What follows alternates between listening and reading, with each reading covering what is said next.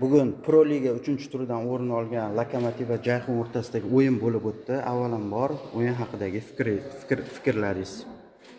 Assalomu alaykum. Avvalambor Lokomotiv klubini bugun g'alaba bilan tabriklaymiz.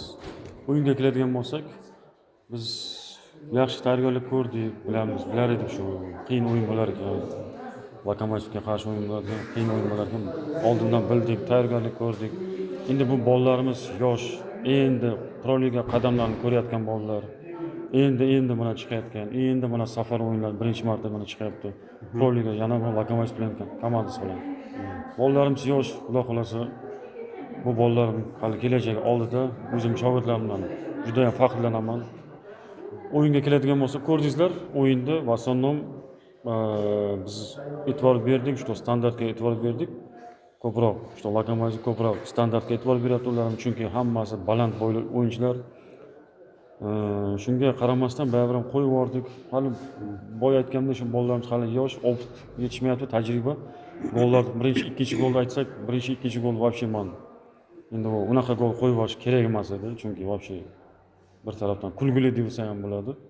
Endi nima qilamiz? Ishlashda davom etamiz. Harakat qilamiz, keyingi o'yinga tayyorgarlik ko'ramiz. Mana ertadan keyin yana Xorazm bilan o'yinimiz bor, kubok o'yini, keyin Fardo bilan. 3 ta o'yin mana safarda bizlar kelganmiz. Ertadan keyin yana mana shu poylarda yana Kubok o'yini bo'ladi. kubok o'yini, ikkinchi tur kubok o'yini yana o'ynaymiz. O'shanga tayyorgarlik. Mavsum endi boshlandi. Shunga qaramay ko'pchilik bo'ldi Lokomotiv Super Ligada deb hamma ko'pchilik gapiryapti-da.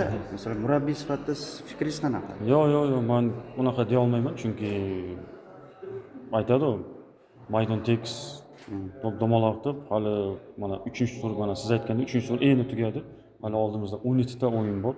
12 ta o'yinda hali Nuksga keladi Lokomotiv 2 marta, bizga keladi, Orolga keladi. Hali ular ham endi chiqadi safar o'yinlariga. Hozir ko'rdingiz, mana 2 ta o'yin почти o'zida o'ynab, mana bir marta Farg'onaga bor. Hali biz tarafga keladi. Men o'ylayman, shu Lokomotiv hali ancha qiynaladi deb o'ylayman. Chunki men Orol o'yini masalan, Orollar ham hozir bizning birinchi komandamiz, mana Orol komandasi ham yaxshi tayyorgarlik ko'ryapti hozir. Men o'ylayman, shu Lokomotiv hali oldindan ayta olmayman, shu ular chiqadi deb. 6 ta komanda bo'lsa ham, bu baribir ham hali endi men faqat ularga omad tilayman. Chiqsa juda ham yaxshi bo'ladi, yana elitaga qaytsa, Super Ligaga.